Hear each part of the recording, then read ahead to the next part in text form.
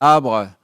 Voilà, lorsqu'on est un peu plus jeune, quelquefois on peut avoir tendance à s'énerver un peu, ce qui n'a pas été le cas là. Ça a été maîtrisé, beaucoup de sang-froid. Donc c'est dans ce sens que on fait très attention, que Didier fait très attention en anticipant au maximum ce qui peut se passer 10 minutes ou 15 minutes après ou au coup de sifflet final quand on sent que c'est tendu, ce qui était le cas sur ce match contre le Paraguay. Mais je trouve qu'ils ont fait preuve même jeunes, de beaucoup de sang-froid. Aujourd'hui, Damien Degand, l'équipe. Puisqu'on parle des jeunes, au Maroc, il y a un jeune joueur que vous connaissez, Ayoub Boadi, donc qui a choisi le Maroc. Récemment, dans un entretien, Hubert Fournier, le DTN, a déclaré que c'était une grosse perte pour la Fédération française. Est-ce que vous êtes d'accord avec ce que dit Hubert Fournier? Et est-ce qu'à un moment, sur l'année qui s'est écoulée, la saison qui s'est écoulée, vous avez pensé avec Didier Deschamps à le sélectionner? Alors, je ne suis pas sûr qu'il ait dit exactement ça, mais bon, peu importe, c'est pas grave. Évidemment que Boadi, on le connaît, c'est un pur produit de la formation française. Il a fait toutes les équipes de jeunes, moins de 16 ans, moins de 17 ans, moins de 18 ans, moins de 20 ans, espoir. Il est né dans la région parisienne autour, dans l'Oise. Il a grandi. Il a fait toute son adolescence à Creil. Il est parti à Lille après. Donc c'est évidemment quelqu'un qu'on connaît bien, que les entraîneurs nationaux qui l'ont eu dans les équipes de jeunes connaissent bien. Un très bon joueur avec les espoirs. Après, il a fait un choix à un moment donné de sa carrière et on ne va pas le blâmer pour ça. Bien au contraire, il a fait un choix, on le respecte, son choix. Je répète, c'est un bon joueur, c'est même un très bon joueur. Voilà, comme beaucoup d'autres joueurs, il a choisi une autre nationalité sportive. C'est pas la première fois et ce ne sera pas la dernière fois non plus, je crois. Il se trouve que dans ce secteur de jeu, on est assez fourni. Quand vous avez Tchouaméni, quand vous avez Rabiot, Koné, Warren, Zahir Emery et N'Golo Kanté, si je vous demande lequel il faut enlever, je ne suis pas sûr que j'ai la même réponse avec tout le monde dans la salle. Voilà, donc c'est un problème de qualité, de quantité, mais ça reste un bon joueur, voire un très bon joueur. Bonjour Guy. Oui. Bertrand Latour, Infosport Plus Canal. À quel style d'opposition est-ce que vous vous attendez pour ce quart de finale? Quel type de match vous allez préparer? Et quel ailier gauche français pour vous quel style d'ailier gauche français serait le plus à même de poser des problèmes au latéral droit marocain? Merci. Troisième question, il faut que je donne l'équipe déjà. Ouais. D'abord, ce sera une opposition complètement différente de ce qu'on vient d'avoir, bien sûr. Ça ne sera pas un bloc bas. Équipe de Maroc qu'on a visionné ce matin avec Didier et tout le staff technique et les observateurs. C'est une équipe qui est bien organisée, bien structurée. Une équipe qui a une certaine solidité et puis surtout une équipe qui est très bonne en transition, qui a marqué beaucoup de buts, qui en a marqué 10, je crois, en 5 matchs, c'est-à-dire l'équivalent de 2 buts par match. Voilà, avec des atouts aussi individuels, que ce soit sur le côté droit ou sur le côté gauche. Et donc, nous, de notre côté, il faudra qu'on ait d'abord bien récupéré, parce que le dernier match, avec la chaleur et l'intensité des duels, ça a laissé quelques traces quand même. Mais on a encore 3 jours pour bien se préparer. Donc voilà, une équipe du Maroc qui était demi-finaliste, on le sait, du dernier mondial, qui était finaliste de la dernière CAN. Voilà, c'est une équipe de qualité, indiscutablement. Ailier gauche, réponse la veille du match, comme vous avez l'habitude d'avoir la longue vue, et donc vous verrez à ce moment-là. Bonjour Guy, Stéphane Bianchi Bonjour. du Parisien. Deux petites questions autour de Didier. Peu d'observateurs imaginaient qu'il aborderait cette compétition avec 4 attaquants purs. Est-ce que ça veut dire qu'il a changé ou que nous nous sommes trompés? Et la deuxième question, est-ce que pour cette dernière Coupe du Monde, tu as perçu chez lui des choses différentes du Didier que tu connais? D'abord sur les joueurs, les attaquants ou les joueurs offensifs, je préfère plutôt les appeler les joueurs offensifs, ça fait quand même plus d'1 an que ça dure. C'est pas venu juste pour le mondial. Le fait d'être organisé en 4-2-3-1, donc les 3 plus 1, les 4 joueurs offensifs sont des joueurs qui sont utilisés, pas toujours les mêmes, mais qui sont utilisés depuis plusieurs mois, plus d'1 an, il me semble. Donc voilà, c'est parce qu'on a des joueurs de qualité et on a des joueurs qui sont capables d'attaquer, qui ne sont pas capables de défendre. Évidemment qu'à un certain moment, il peut y avoir un déséquilibre. Et il faut aussi, quelquefois, accepter ce déséquilibre. Après, sur Didier, non, bon, il s'est passé évidemment ce qui s'est passé. Il avait besoin de faire son deuil. Là, il est revenu.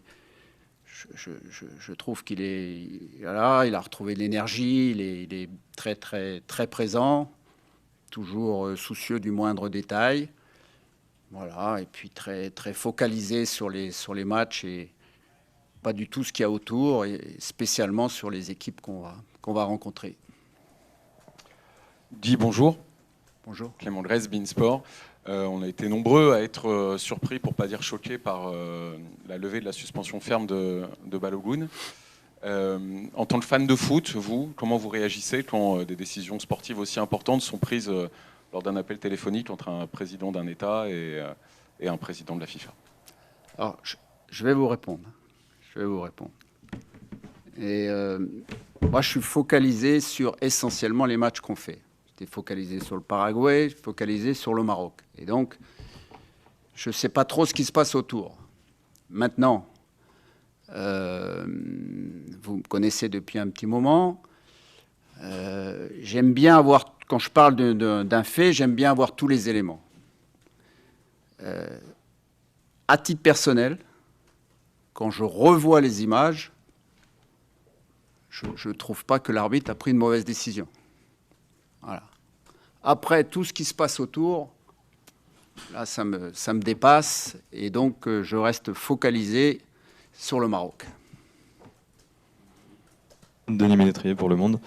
Le Maroc est la première sélection africaine à se qualifier 2 fois d'affilée pour les quarts de finale d'une Coupe du Monde. Est-ce que vous avez un regard, une analyse sur la progression du football marocain depuis 15 ans? Oui, je trouve que c'est une fédération qui travaille bien. Je ne fais pas d'offre d'emploi. Hein.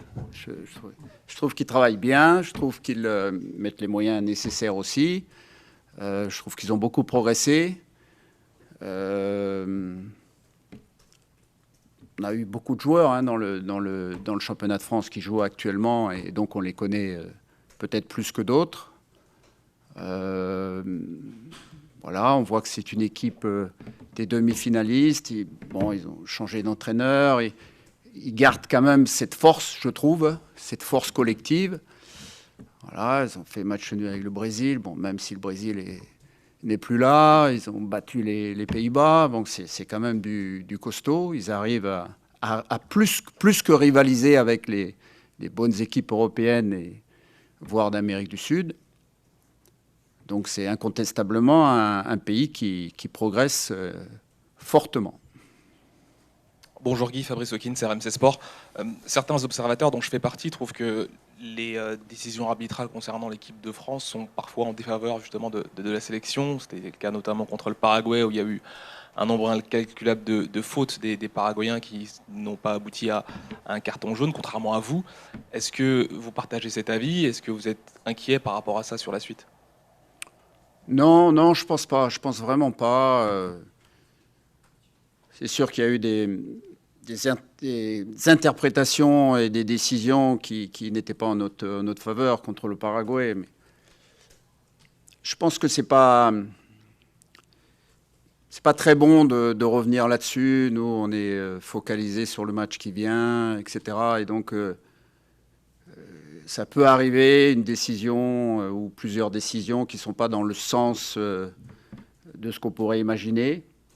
Voilà, maintenant, restons sur le foot, restons sur le rectangle vert et ne perdons pas d'énergie avec tout ce qui peut se dire à côté. Bonjour Guy. Pardon. Xavier Montferrand de Radio France.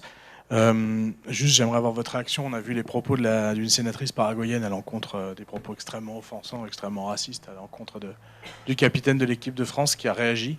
Kylian a réagi sur les réseaux. Philippe Diallo, votre président, veut faire une action en justice. Juste avoir un petit peu vos mots. Est-ce que vous en avez entendu parler entre vous dans le staff? Est-ce que vous en avez parlé avec Kylian? Enfin voilà. Oui, j'en ai entendu parler. On n'a pas parlé avec Kylian encore, on n'a pas eu l'opportunité. En 3 mots, c'est indigne, abject, scandaleux.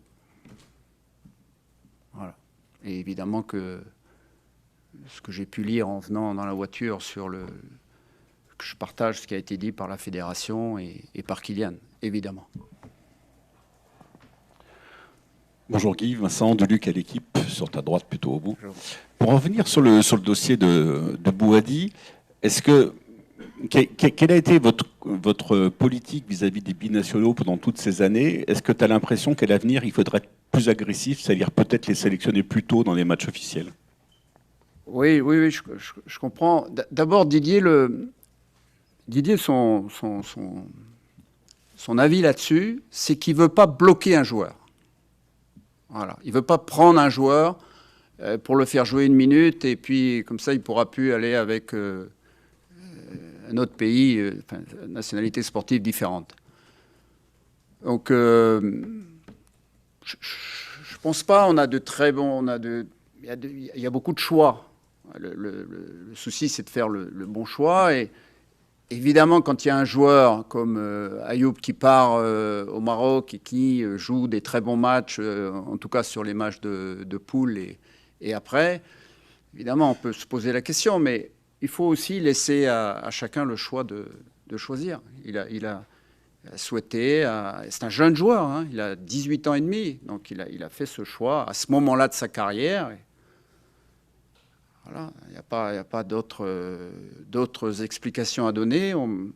Didier a toujours dit que c'était un bon joueur, il a toujours dit que c'était voire un très bon joueur. Mais aujourd'hui, à ce poste-là, il y avait aussi d'autres bons joueurs qui sont dans les 26. Bonjour Guy, Jean-François Pérez, le JDD. Est-ce que vous pouvez nous dire ou nous confirmer que la Fédération française de foot a déposé une réclamation pour faire annuler le carton jaune de Michael Olise, tout d'abord? Oui, c'est en cours. D'accord. D'autres cartons jaunes aussi sur les 3 ou pas? Non. D'accord.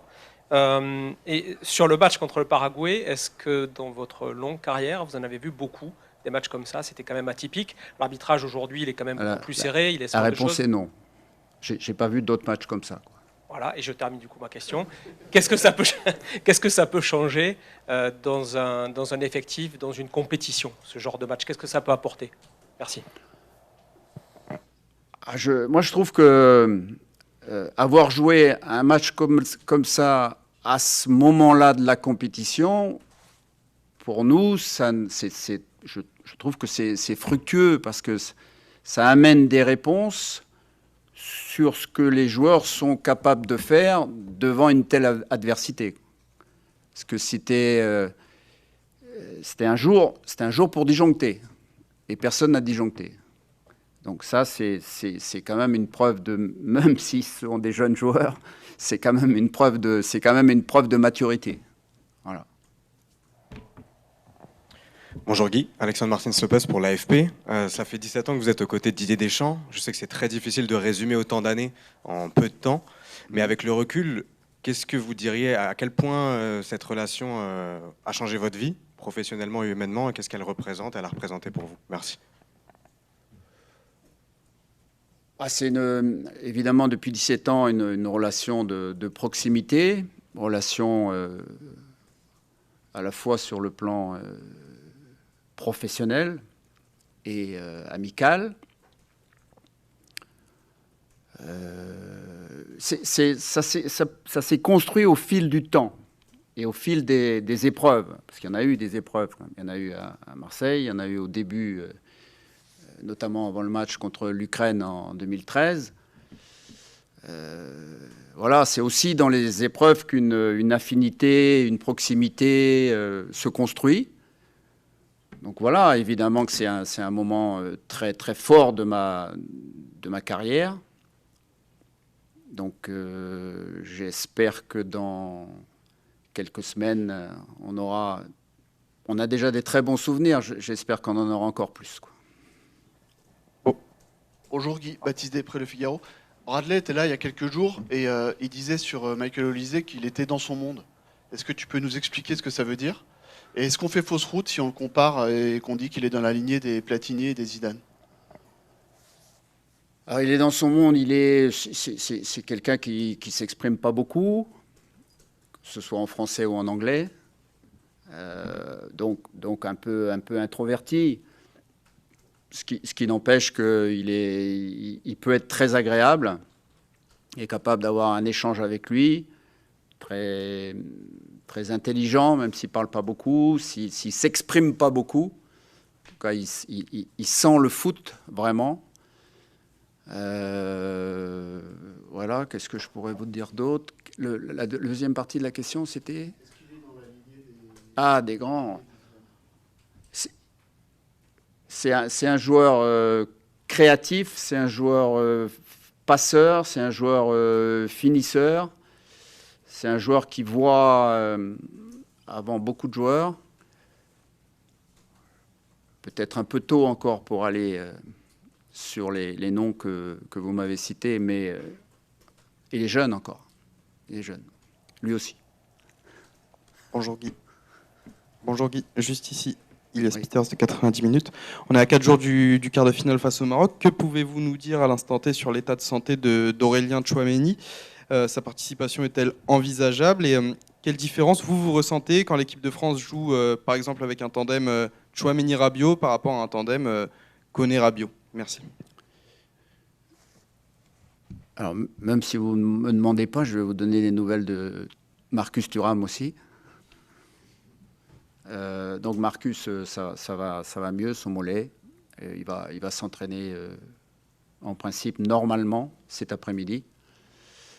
Cet après-midi sera une séance assez courte et peu intense, avec un peu de course et du tennis-ballon pour ceux qui n'ont pas ou peu joué, donc une séance d'assez faible intensité, mais séance quand même. En ce qui concerne Aurélien, il va continuer son travail individualisé. Voilà. Et on verra chaque jour comment sa blessure se guérit ou pas.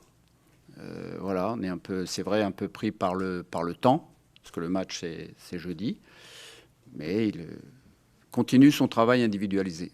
Voilà, aujourd'hui et demain également. Sur le profil, après, il y a deux profils de Adrien avec Aurélien ou Adrien avec Manu. Évidemment, c'est des profils différents. Manu est plus dans la récupération, il est capable aussi de se projeter. Voilà, c'est deux profils différents. Et il y a d'autres profils différents encore avec Warren et avec NJ qui n'ont pas été utilisés, mais les joueurs sont là et contents d'être là. Et